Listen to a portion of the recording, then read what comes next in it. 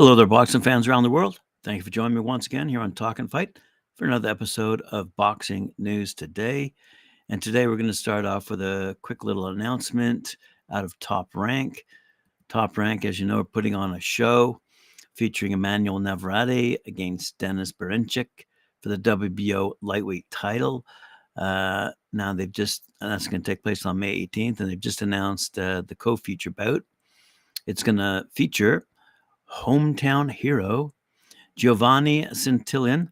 He's 32-0, 17 knockouts, and he's going to fight fellow unbeaten welterweight Brian Norman Jr., who is very well familiar to us here on Talkin Fight. 25-0, 19 knockouts, and that's going to take place at the Pechanga Arena in San Diego on ESPN. Also on that fight, by the way, heavyweight knockout specialist Richard Torrez Jr., but we don't know who he'll be fighting just yet. We await that decision and announcement.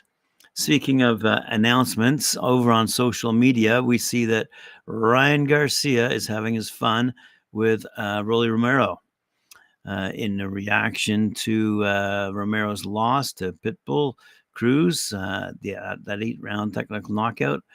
Recently, Garcia says Rolly's chin is toast at this point in his career, and he can no longer take a punch. First, it was the 6th-round knockout loss to Gervonta Davis in 2022, and then a video was leaked of Rolly being knocked out by a sparring partner. Now Rolly is getting knocked out by much smaller 5'4" Pitbull Cruz, who came up from lightweight to challenge him. And Ryan thinks that Rolly is finished as a fighter because his chin has been compromised, and he can't take a punch anymore. Anyway, you might recall that Rolly had the opportunity to fight Ryan Garcia last year, and I don't know which one of them walked away from that one, but obviously Ryan thought he was going to make more money against a much, let's say Pitbull and Ryan might make a good fight, but would it have made more money than Rolly Romero? I don't know. It doesn't matter to me. What I wanted to mention, in addition to that Ryan Garcia comment about Romero, was something he posted on Twitter, now called X. Check this out. This solar eclipse is a sign from God. Many connections, so many coincidences that aren't coincidences. Repent, or the wrath of God will come unto America. It is maybe too late. What drugs is he on? Wow. All right. Quick little announcement here out of Panama. Jonathan Miniel, 4-0, 4 knockouts. And his opponent, Jonathan Torrez, 4-0, 1 knockout. Both at the scale at 140, the limit of the super lightweight division. And they're going to fight for the vacant national championship, which will be on the line at the main event of the Laguna Premium Summer Boxing Fest to be held at the Arena Roberto Duran down in Panama City, Panama, coming up very shortly, actually. Featherweights, Kadir Macias, 3-0, and Ibrahim Valdespino, 3-0, are going to go toe-to-toe as well. They both weighed in at 126, and they'll be taking place as a co-main fight over 8 rounds. Also, Angel Betancourt, 4-0, registered the limit of the flyweight division, and his opponent, Santos Villar, 2-1, weighed in 111 pounds. So it looks like there's some good fighting coming up very shortly in Panama. Very good. Quick little story out of All-Star Boxing. All-Star Boxing President and CEO Felix Zabala Jr. has announced a revamped multi-year promotional agreement with Los Angeles-based WBA number 4, WBO number 2 flyweight contender Anthony Alascuega. He's 6-1, 4 knockouts. Alascuega recently dispatched former WBO global champ, number 5 ranked Jamal Magramio on a telecast of Prime Video 5, and that took place in Tokyo, Japan. Anyway, says about Zabala Jr., he said, we felt confident in Tony's ability from the beginning with his trainer, Rudy Hernandez. The plan was always to fast-track him to a world title shot. Let's move on to one of my favorite fighters, Skye Nicholson. young lady from down under, featherweight.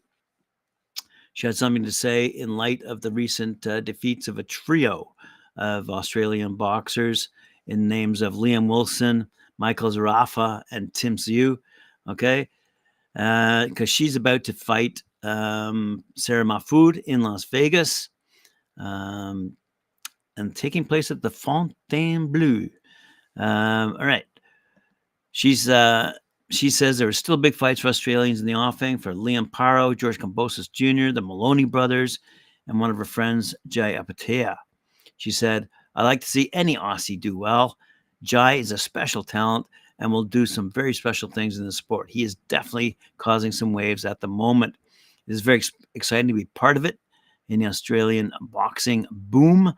I'm hopeful it will have that knock-on effect because we have golden eras in the past. I feel boxing doesn't get the love, recognition, and support it deserves in Australia right now, so I'm hoping that with the big names floating around in the top Australian divisions, Australia will get behind the boxers and support us. Nicholson, by the way, is 9-0 and has been in Vegas for nearly 2 weeks with coaches Eddie Lamb and Bradley Skeet. I remember she stopped Lucy Wildheart over in Dublin in round number 9 in her last fight. That was back in September. And also as a student of the sport with more than 150 amateur fights behind her and her ambition to reach the top, she's now fighting, as I said, the 14-1 Denmark-based Mahfoud, who's been quite competitive, having fought Amanda Serrano for the vacant WBC title. And she thinks the victory will put her up alongside some of the fighters that she admires, said Nicholson. I think Sandy Ryan is a very special talent. She has excellent boxing IQ, but she has that dog in her because she loves to have a tear up. She loves to fight. Very exciting to watch. I think she'll do some big things in the 147 division. She says, I've been a diehard Katie Taylor fan since I was young. I love that she's reigning in a new weight division now. It was exciting for her, especially after she suffered a loss to Chantel. As we know, that's gone back and forth. Anyway, she continues and concludes, there are still some pretty big fights out there for Katie. I would like to see Alicia Baumgartner fight Katie Taylor because they are two of my favorites, says Nicholson. I think it would be a huge fight for women's boxing because they're both very marketable, very talented, and two of the biggest names in the sport for women right now. Good on Nicholson. All right. Speaking of chatter and blather, KSI was yapping on a podcast the other day, and he thinks he might want to get back into the boxing ring after getting clobbered by Tommy Fury of all people. Anyway, so he called out not only Tommy Fury, but also Jake Paul, Floyd Mayweather, and Conor McGregor as fellows he would like to fight next. KSI, well, as you know, launched that Misfits boxing league over in the UK. He said the Jake fight, the Tommy fight as well. Let's do the rematch. He said there could always be Mayweather, Conor McGregor. Has to be a top tier though. You know, Christ. KSI has history with all four of these guys, and realistically, the feud with Jake Paul goes back to 2019 when KSI beat Paul's brother by split decision. And the American 27 vowed to avenge Lodge. But in the years since, the two have failed to agree to terms and have instead gone their separate ways. So let's see what happens with who cares about KSI? All right. In more important fight news, we have some undercard announcements finally. Remember, we had been reporting on the Devin Haney and Ryan Garcia show set for April 20th. Their undercard has finally been announced, and there'll be 4 fights on the pay-per-view undercard in total.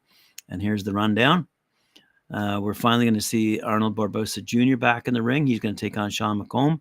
It's going to be a 10-round super lightweight bout. Barboza had previously been announced for the show, and it has been speculated he's been waiting in the wings if either Haney or Garcia pull out of that main event for whatever reason.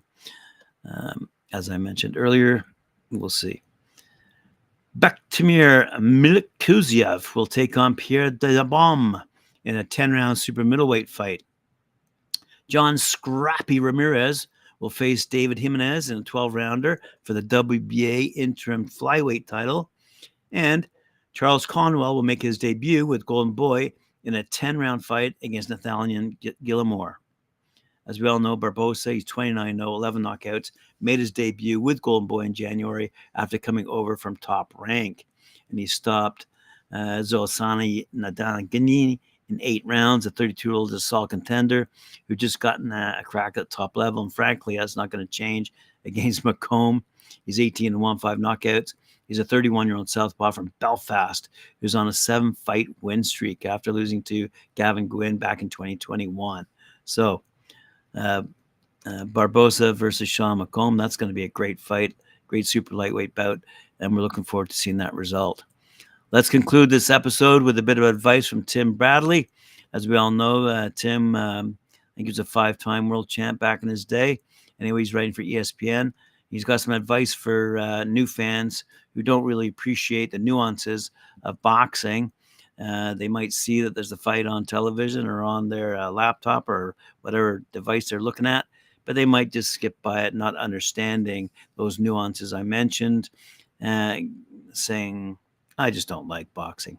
So here's what he says you need to look out for. Number 1, a fighter's approach can tell you their game plan. Okay? A fighter moving forward signifies aggression. It's an intention to dictate the pace and engage in close-range combat. And by the way, if you want all what Tim has to say, just scroll down in my description on the YouTube channel, and I'll give you that link is there to this particular story. Number 2, athleticism usually means entertaining fights. Athleticism is the genesis of all sports, including boxing. Superior coordination, balance, strength, speed, power, and agility are essential for success in the ring. Number 3, the bigger the fighter, the harder the punches, but don't rule out the smaller pugilist. In boxing, the heavyweight division is the biggest. It's often called the glamour division, as we all know, with fighters over 200 pounds and sometimes close to 300 pounds competing. These fighters tend to produce more knockouts due to their greater physical power. However, lower weight classes produce more skill, quickness, and agility. There's more action, he says, amongst the smaller men.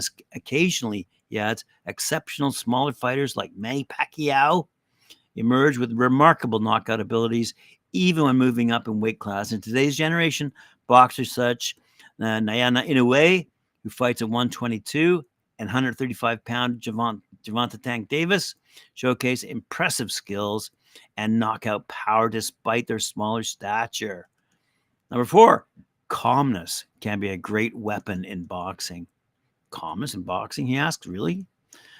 Calmness is a helpful ingredient inside the boxing ring because it opens doors to more opportunities. A composed boxer can spot openings, dodge shots, and remain unfazed by setbacks. Boxers vary in this approach, though. Some live in chaos with demanding physicality, while others prefer a controlled technical style and focus. It's important to recognize both forms of calmness. Passive and aggressive. I like fighters with a mix of both, says Timothy.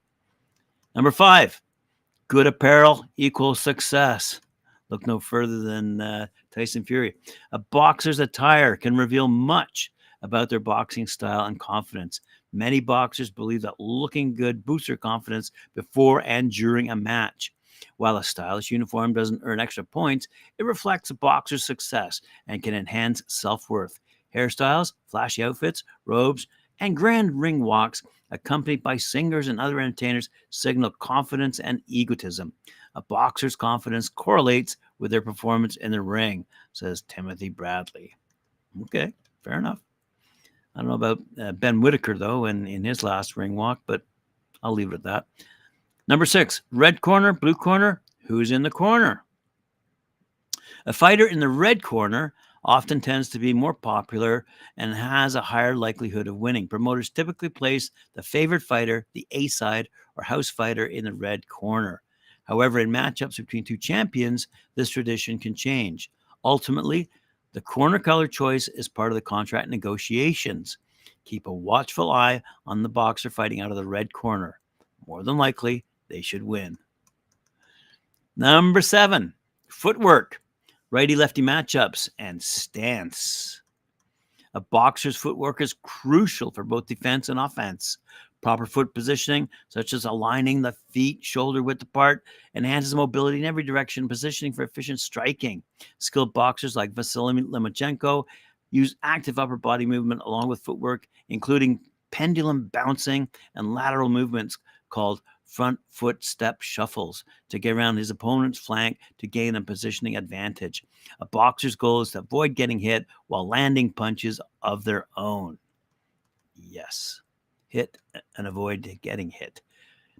Defense and the Philly shell, made famous by our own Tim Witherspoon. Being defensively sound in boxing is critical for longevity and success. Great defense should also provide countering opportunities. Techniques such as bobbing and weaving, slipping punches, and footwork are vital to avoiding punches. The eyes of a boxer indicate his knowledge and experience as they anticipate and react to oncoming punches. Keep an eye on that. Excellent defensive boxers closely watch their opponent's movements and positioning. Boxers with exceptional eyes can often predict and evade punches. Living legend Floyd Mayweather's mastery in defense frustrated his opponents with his elusive tactics. A boxer's ability to avoid being hit not only protects them from harm, but also psychologically wears down their opponent. Good point. Number 9, body attack. Let's go for that liver shot. Neil Adil, my often favorite shot in boxing. Anyway, focusing on attacking an opponent's body in boxing shows skill, strategy, and intelligence. Investing in the body usually pays great dividends late in matches. Whoever knew that punching someone in the body could weaken their resolve? It can even drain a boxer's stamina, zap their energy, and slow their movement. The most devastating and powerful one-punch knockouts aren't as dramatic as you think.